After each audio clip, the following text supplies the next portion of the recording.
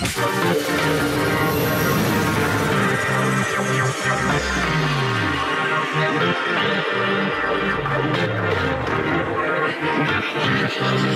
it's story time. Back with our new storyteller hari ini. Seorang diva, seorang teman, a person yang sangat baik. Kalau datang ke gedung ini pasti telepon saya.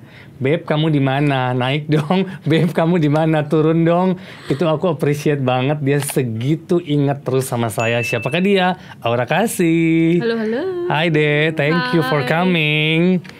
Thank you ya, selalu ingat aku kalau ada di gedung ini ya. Walau kita ketemu cuma 5 menit ya. Either mau ini ya, Beb, reservasi dong gitu ya. Gak apa-apa, itu sih selalu pasti aku bantu. Hari ini aku mau bahas beberapa hal nih. Awal perjalanan karir pastinya. Film bersama MD, walaupun kita baru satu film, but aku berharap coming up the next one kita ada. Kamu juga lagi mulai bisnis kecantikan kan? Dan itu aku lihat lagi promising juga pastinya. Terus rencana karir ke depan sama baru single rilis juga. Plus kita akan bahas yang lain, ada kehidupan, terus cinta Aura Kasih dan lain-lain. Kita start mungkin dengan awal karir ya. Kamu tuh gimana bisa awalnya masuk ke dunia entertain ini? Sebenarnya dari awal tuh tahun 2007 aku ikut Miss Indonesia. Terus sebenarnya nggak ada tujuan ke entertain sebenarnya. Tapi nggak tahu kenapa waktu itu aku lagi ketemu teman. Terus temanku ini ternyata sahabatan sama manajerku yang sekarang, produserku juga. Dia bilang gue cari penyanyi cewek nih katanya gitu. Terus kan aku bilang, aduh gue nggak nyanyi dan nggak ada bakat di seni. Aku bilang gitu sama sekali gitu. Jadi kayaknya nggak deh. Terus dia bilang udah ketemu aja dulu terus belajar. Terus akhirnya tadinya tuh mau diduetin sama salah satu band tuh dulu, Kertas sebelum Armada. Kan ganti nama tuh jadi Armada. Ganti nama. Mau diduetin katanya. Tapi pada akhirnya malah dibikinin album. Akhirnya ya udah kecemplung di nyanyi.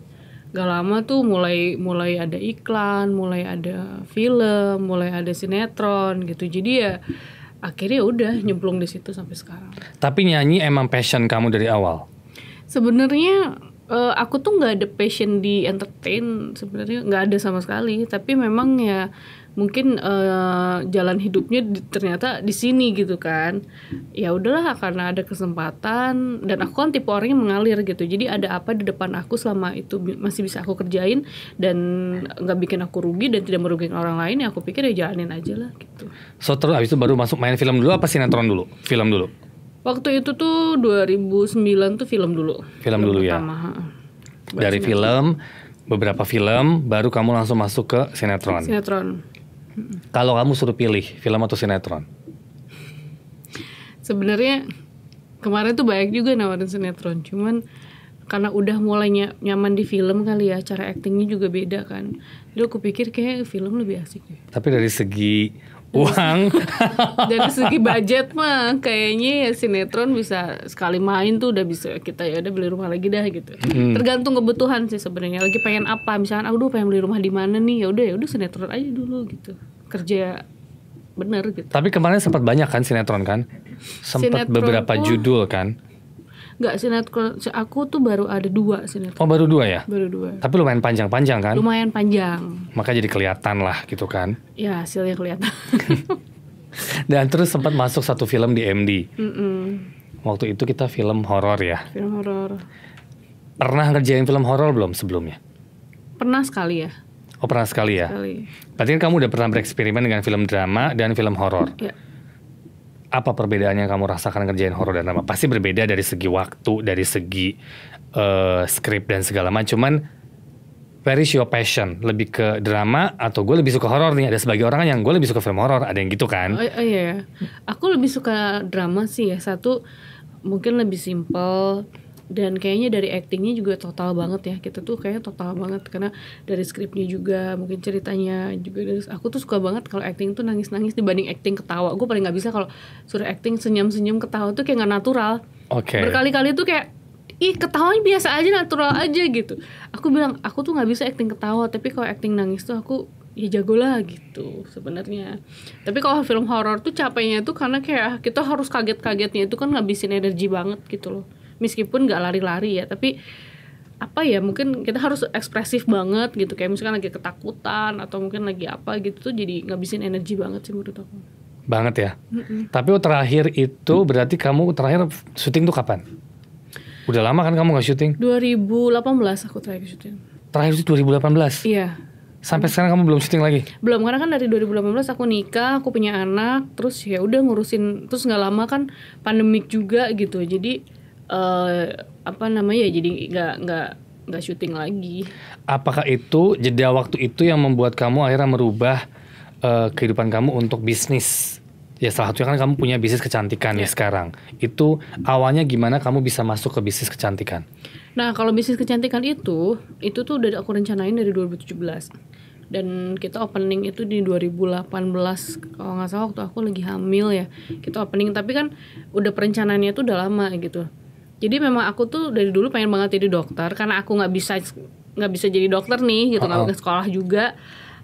Jadi ya udahlah, akhirnya mungkin jalan Tuhan, ternyata aku yang harus punya klinik dan hire dokter. Karena aku selalu mikir, kenapa gue nggak jadi dokter, gue pengen banget jadi dokter. Aku tuh senang banget yang namanya tentang medis ya, dunia medis. Aku tapi tuh lebih suka kecantikan banget. Semuanya aku suka. Oh semuanya. Jadi tiba-tiba diarahinnya tuh kayak jalannya, kok aku jadi punya klinik ya gitu. Dan memang aku juga senang sih. Berarti kamu sekarang perawatan semua, karena emang sebagai seorang artis udah pasti perawatan tuh penting. Ya harus sih sebenarnya buat maintenance ya. Jadi kan nyambung dengan karir kamu, plus bisnis ini kan saling mengisi ya. Yes. Pokoknya perempuan kan harus maintenance sih buat tetap apa namanya, ya tua pasti tua, tapi kan maintenance untuk tetap menarik itu nggak ada salahnya gitu. Udah ada berapa klinik sekarang? Alhamdulillah udah 3. Udah 3? Udah 3. So kamu kontrol semua juga? Ada tim sih. Ada tim ya? Timnya. Cuman kalau yang di Jakarta yang di Bintaro ini aku dipercaya sebagai dirut juga. Sebagai owner, terus sebagai dirutnya juga. So far dengan pandemi ini bagaimana? Kan maksudnya orang juga takut ya untuk ke klinik. Maksudnya kita sebagai orang awam yang datang ke klinik itu kan jujur aku masih belum berani loh, takut banget. Karena kan kita bersentuhan dengan orang lain, walaupun ya I know protokoler sekarang udah sangat kuat. Apakah berpengaruh dengan pandemi ini dalam bisnis kecantikan? Sebenarnya dijaga itu protokol kesehatannya sih. Misalkan terapis kita, dokter kita pakai APD pasti. Jadi setiap pasien yang selesai itu kita juga ganti semua, kita semprot. Jadi kita ada kasih jeda waktu juga. Dan kebetulan yang di Jakarta nih aku ada 10 tempat tidur kan, jadi banyak. Jadi bisa kita jeda-jedain gitu. Ada beberapa klinik itu yang misalkan ada 5 tempat tidur tuh diisi semua gitu barengan. Nah kita tuh nggak mau kayak gitu, dan by appointment. Jadi kita kasih jeda sejam atau 2 jam tuh untuk kita kita semprot dulu lah, terus kita juga ganti spray, ganti semua yang udah dipakai sama si pasien sebelumnya gitu. Jadi kita ini banget sih. Aku juga kan takut ya. Aku juga udah pernah kena COVID juga gitu. Jadi aku tuh benar-benar yang strict banget gitu ke anak-anak di klinik. Ini selesai ini harus disemprot ya apa segala macam lah gitu. Berarti secara pendapatan automatically sedikit berkurang karena dengan adanya jeda waktu, dengan adanya additional budget pastinya kan buat cleaning dan segala macam gitu loh. Nah yang di Jakarta nih aku buka pas pandemik sebenarnya, bulan Agustus. Betul. Dan banyak orang tuh gila, di mana orang tutup tuh kok kalian berani sih gitu. Tuh aku pikir ya kita coba, apa salahnya daripada nggak sama sekali gitu. Dan kebetulan juga kan klinik aku udah klinik rawat jalan nih, jadi kita bisa vaksin, infus booster, kayak vitamin. Jadi bukan cuma buat kecantikan gitu loh. Oh that's good kesehatan sih. Juga wellness. Oh that's good. Di Bintaro ya so far ya? Di Bintaro. Oke. Kemarin sempat rilis single baru ya? Iya, Rencana judulnya. Terus kenapa hilang begitu saja? Aku kena COVID soalnya. Oke, jadi kamu nggak promo? Aku nggak promo karena aku kena COVID juga. Terus aku pikir ya banyak beberapa TV minta gitu, tapi kan aku kayak masih agak takut kan. Aduh takut gitu ke TV kemana, aku takut gitu, agak parno. Dan akhirnya ya udah kena COVID juga gitu anyway. Jadi aku nggak promo. Aku bilang sama manajemenku udah di radio aja. Kalau memang orang suka akan dengerin kok gitu aja. Tapi next ke depan belum ada single atau apa belum? Single belum sih. Belum ya? Belum, lagu belum. Kita masuk ke kehidupan nih. Sekarang orang kita tahu semuanya bahwa she is a single mom yang mengurus anaknya sendiri. Bagaimana kehidupan seorang Aura Kasih menjadi seorang ibu dan definitely single mom itu? Buat aku sih ya, ternyata happiness itu ya pas aku punya anak. Karena kan aku udah laluin banget hal-hal yang up and down lah gitu, hal-hal yang menyenangkan dan tidak menyenangkan gitu. Jadi menurut aku kayak, terus beberapa waktu sebelum ini kan, sebelum nikah tuh kan aku kerja terus. Aku pikir ini, ya aku kerja buat orang tua, buat aku juga gitu. Tapi kan aku bukan tipe ya orang hedon yang harus banget nih punya ini punya itu terus yang pamer-pamer gitu. Aku kan bukan tipe kayak gitu, tapi aku tipenya tuh kayak gue kerja tuh buat keluarga dan gue bisa nolong orang gitu. Dan pas sekarang udah ada anak tuh aku kayak akhirnya aku ada tujuan hidup nih gitu. Hidupku tuh udah ada tujuannya bener gitu. Jadi aku kerja pun pulang tuh ya buat anak aku gitu, buat keluarga aku, buat mamaku, buat papaku gitulah. Jadi hidupku lebih ada tujuannya sekarang. Ternyata happinessnya itu ya aku di saat aku punya anak. Jadi sebenarnya mau single apa nggak single, maksudnya mau single jadi single mom atau keluarga kita masih utuh, buat aku it doesn't matter gitu. Karena ya happiness aku tuh anak aku gitu. Jadi siapapun suaminya sebenarnya yang nggak masalah. Yang penting tuh aku ada berkat, ada blessing gitu ya, ada anak gitu. Sedikit melenceng. Kita kan semua tahu mantan suami Aura Kasih seorang model. Iya kan? Kita semua kenal lah. What you decided pertamanya untuk menikah dengan dia? Karena gini, sorry mungkin aku sedikit ini karena buat aku dari segi lifestyle, pendapatan dan segala macam jauh. Iya. Iya kan? Kamu itu waktu ya emang dengan sinetron, dengan film, karir kamu di sinilah. Yeah. Dan dengan pendapatan kamu di sini. Kita tahu seorang international model di Indonesia seperti apa gitu kan. Nggak sebanding if we compare with you. Yeah. Apa yang membuat kamu decided yes I want him? Pertama itu gini ya, aku bilang tadi di saat aku lagi kerja terus kayak gue ngejar apa sih gitu. Hidupku juga gini-gini aja. Maksudnya nggak yang aku bilang tadi aku yang harus yang hedon banget terus gue pamer-pamer orang nih, gue puas banget nih gue habis pamer gitu, nggak gitu. Tapi hidupku tuh ya gini-gini aja.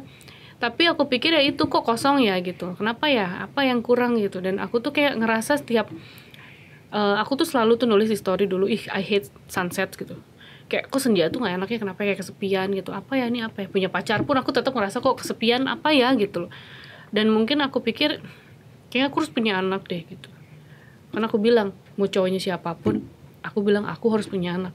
Jadi aku bukan karena dia model, entah misalkan mantan suamiku ternyata dia pengusaha atau mantan suamiku dulu penyanyi dangdut atau apapun, nggak ngaruh buat aku sebenarnya. Aku tuh nggak lihat profesi orang. Aku tuh sebenarnya jalannya lurus-lurus aja, kan aku punya anak gitu.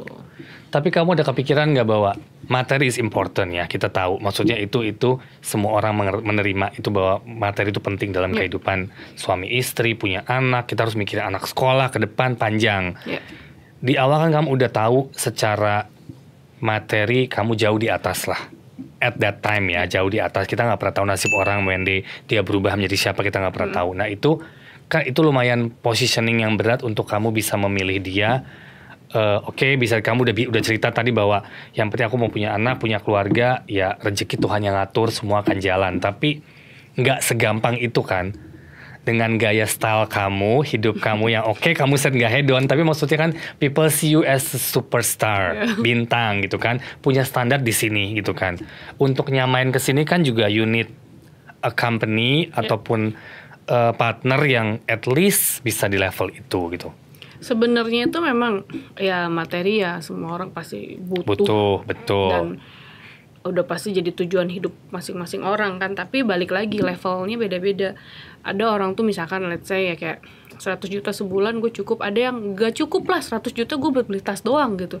Beda-beda levelnya. Jadi sebenarnya menentukan orang itu materialistis atau enggak, atau mungkin orang itu hedon apa enggak, itu dilihat dari lifestyle-nya mereka masing-masing.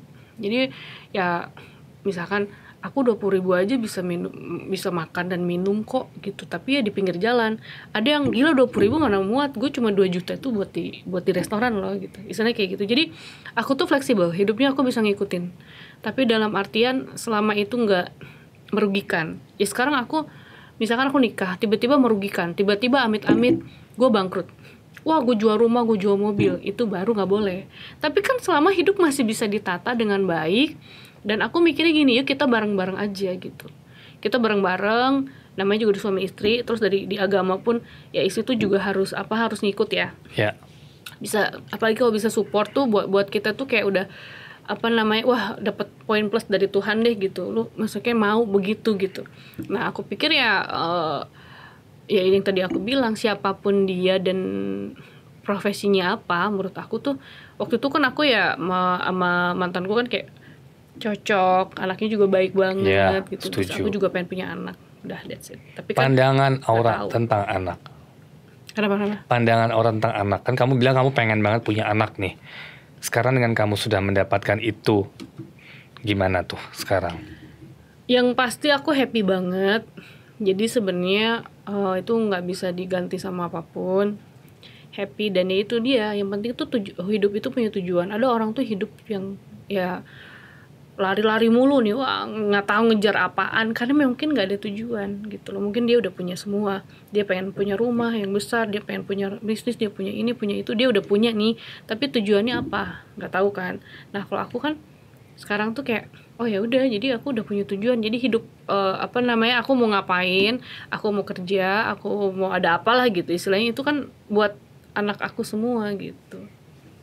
Jadi ya priceless lah buat aku, priceless banget. Sekarang anak umur berapa? 20 bulan. 20 bulan, lagi lucu-lucunya banget ya? Iya. Udah mulai bisa jalan dan ngomong. Kayaknya kamu pernah posting ngomong mama atau apa gitu kan? Aku pernah lihat. Dia tuh dari umur setahun udah bisa jalan, terus umur 1 tahun lebih tuh udah bisa ngomong, pokoknya udah segala bisa lah sekarang, udah lagi pinter-pinternya banget gitu. Nah sekarang kan kamu juga masih keluar kan, pasti ada pekerjaan. Di rumah dia sama siapa? Ada yang nguruskan? Jadi ada bapak aku, ada babysitter juga, ada mbak aku, terus mamaku juga sering ke Jakarta. Jadi aku pikir ya dia tuh gak akan pernah kehilangan sosok figur siapapun karena semuanya lengkap di rumah. Alhamdulillah, kayak babysitternya pun, mbakku pun juga sayangnya beneran bukan orang kerja ya, sayangnya kelihatan mereka tuh sayang. Jadi aku pikir ya gila, aku bersyukur banget nih punya orang-orang di sekeliling aku tuh yang baik dan bisa menyayangi anak aku tuh kayak ke anaknya sendiri gitu. Jadi aku pikir tuh anakku tuh nggak akan kehilangan figur bapaknya, atau mungkin karena mungkin aku kali-kali aku sibuk kan, dia nggak akan kehilangan figur aku juga gitu. Apa yang finally you decided untuk bercerai? Banyak ini aja sih, klasik ya kalau orang ngomong tuh kayak aduh gue putus, gue cerai, nggak cocok lagi. Tapi memang itu ya apa adanya. Itu tuh aku dulu sering nanya orang kalau cerai kenapa sih gitu. Ya gue udah nggak cocok tuh apa sih gitu loh. Banyak faktor. 1, nggak cocok itu mungkin kita udah nggak bisa ngobrol, nggak cocok dong. Sekarang sama teman aja kita 2 jam diam-diaman, cocok nggak sih? Enggak dong. Sekarang yang menemani kita sampai tua itu dimana kita tuh udah nggak bisa ngapa-ngapain, ngobrol dong. Udah kita tuh udah nggak bisa ngobrol juga gitu. Jadi banyak faktor yang bikin kita tuh jadinya nggak bisa ngobrol. Udah gitu aja. Abis itu juga karena dia juga cabut ke Thailand kan. Ya dia pandemi ini ngejar karir, dan aku mulai mikir kok gue sendirian ya gitu. Kok nggak balik ya? Kenapa ya? Ada apa ya? Dan udah di situ pun kita udah nggak pernah ngobrol gitu. Adapun juga pas dia di sini pun sebenarnya udah nggak ngobrol juga. Jadi banyak faktor lah, akhirnya aku pikir udah kita udah divorce aja lah gitu. Maksudnya buat apa, toh kita masih family. Adapun aku kemarin sempat berantem sama dia, ya udah kita manusia kali, kita masa sih nggak pernah berantem, nggak ada ego ya dong. Jadi ya aku pikir itu hal-hal yang ya banyak faktor lah gitu yang bikin kita tuh kayak udah nggak bisa. Tapi di awalnya apakah dia langsung iya atau dia bilang no, I don't want? Karena banyak masalah juga sebelum ini gitu ya. Ya itu karena nggak ngobrol gitu, kayak kurang komunikasi ya. Pemikirannya tuh kayak nggak nyampe, jomplang banget pemikiran ya. Banyak orang tuh mikir iyalah duitnya kurang, padahal bukan gitu. Itu ya. Iya, tapi kan ada orang juga nanyain terus gimana soal pas ini tuh masih menafkahi apa enggak ya. Gue sih jujur aja ya udah enggak, mungkin lagi pandemik juga atau apa ya, gue nggak apa-apa gitu loh, ngerti gak sih? Gue tuh nggak apa-apa gitu. Kan ada orang yang berspekulasi seperti itu, makanya aku jelasin gitu. Jadi ya sebenarnya ya itu dia sih udah ya udah ayo nggak apa-apa. Tapi aku bilang kalau mau balik kapanpun, mau lihat ketemu anaknya nggak apa-apa. Welcome ya. Iya nggak apa-apa. Walaupun dengan kondisi ini kan kita nggak bisa come and go at the moment kan gitu kan. Oke, tentang family kamu rencana ke depan kamu nih, karir dan seberapa jauh apa yang kamu ingin lakukan ke depan? Kamu udah vakum 3 years, 2 tahun, 3 tahun? 2 tahun. 2 tahun. So what's your plan next? Nah, aku tuh dari dulu sering bikin planning, tapi ternyata tidak sesuai dengan ekspektasi aku. Pisces ya? Ya. Jadi sekarang tuh aku mulai belajar untuk mengalir aja, tapi tetap berusaha mengalir tuh. Kan kita nggak tahu tiba-tiba di depan bakal ada apa. Yeah. Terus tiba-tiba aku diarahin tuh sama Tuhan tuh diarahin nih, misalkan kerjaan satu nggak dapet, bisa diarahin ke tempat kerjaan yang lain, which is kayak kok nih bisa ada di sini sih, gue kok bisa ya berarti kan mengalir. Jadi kalau kita manusia kan bisa ikhtiar doang nih gitu, Tuhan yang ngatur semuanya. Jadi sekarang tuh aku sistemnya mengalir aja, sistem mengalir, aku ikutin aja dulu gitu. Yang penting aku masih bisa ngerjain dan aku punya potensi di situ, jangan maksain, inti gitu aja. Jadi kalau dibilang ada planning apa enggak, belum. Tapi kalau ada yang ngajak syuting mau nggak? Dari kemarin masih belum mau sih. Kemarin masih belum mau sih. Mau aja, nanti kita. Nanti tunggu waktu yang tepat ya. Yes. Seberapa penting pasangan menurut Aura Kasih? Jadi pasangan itu sebenarnya kan buat kalau bukan cuman tempat kita berkeluh kesah, enggak juga gitu loh. Tapi pasangan itu sebenarnya buat ngobrol, kita bisa ngobrol apa aja gitu. Buat tempat kita sharing hal yang menyenangkan atau yang tidak menyenangkan gitu. Menurut aku sih itu. So sekarang dekat sama siapa nih? Kalau secara agama tuh aku udah divorce nih, cuma aku tinggal tunggu putusan aja. Oh masih putusan, masih belum ya? Masih April. Oh masih April. Sidangnya April. So sekarang masih fokus sama keluarga dan anak dulu ya? Iya, ya sambil menunggu inilah. Aku sih nggak buru-buru mau, gue harus dapet nikah lagi nih gitu. Nggak buru-buru juga, ya maksudnya sedapatnya aja gitu. Gue mau ngerek lebih, cuma gue takut. Takut salah ya. Ya gitu. Thank you so much. Pesan dan kesan dari Aura dong. Apa ya? Ya tadi kamu bilang tadi awal jangan buru-buru nikah. Enggak. Apa ya? Pokoknya hidup itu sebenarnya harus ini ya. Pakai sistem mengalir aja. Karena gini, ya kita udah berekspektasi, kita udah berplanning banyak, tapi ternyata realisasinya tidak sesuai yang kita inginkan gitu. Jadi betul. Aku tuh sekarang hidupnya tuh lebih mengalir aja gitu. Jadi buat orang-orang mendingan ya mengalir aja, tapi tetap berikhtiar aja gitu. Oke, last question. Proses mendewasakan diri yang Aura bisa share ke kita, kan selama ini kan kamu struggling so much ya, maksudnya kamu berjuang, everybody knows lah, dari awal kamu karir sampai sekarang bisa di posisi ini kan, it's not a simple thing ya. Proses pembelajaran apa yang kamu dapat selama ini sampai kamu bisa akhirnya punya anak dan bercerai, maksudnya? Sebenarnya proses pembelajaran, dan bisa dibilang ini pesan juga buat orang. Iya. Kita tuh nggak boleh lean on pada sesuatu ya. Maksudnya kita tuh jangan tergantung dengan satu hal, entah sama pasangan, sama siapapun yang ada dia ini itu nggak boleh. Terus kita juga harus mencoba untuk melepaskan kemelekatan. Maksudnya jangan melekat itu ya, kayak ke pasangan nggak boleh melekat, harta nggak boleh melekat, sama anak sama keluarga aja nggak boleh melekat. Jadi sebagai mau gimana pun kita tuh cuman kayak bisanya tuh cuman melekat tuh sama Tuhan aja gitu loh. Karena selain itu semua itu cuman titipan. Jadi aku tuh baru belajar gitu. Pas aku kena COVID kemarin kan aku lagi menep gitu sendirian kan. Yeah. Isolasi mandiri. Aku pikir ini apa ya, kok gini, kenapa ya? Aku tuh nggak pernah mau pisah sama anak aku. Tiba-tiba udah dikasih COVID yang harus pisah dulu sama dia. Betul. Itu berarti sama anak tuh juga nggak boleh melekat, sama uang nggak boleh melekat, sama pasangan nggak boleh. Jadi kita tuh cuman bisa ngasih tuh 40% atau mungkin 30%. 70%-nya kita kasih ke Tuhan. Karena kalau Tuhan kita kasih lebih, dia akan ngasih balik banyak banget buat kita berkatnya.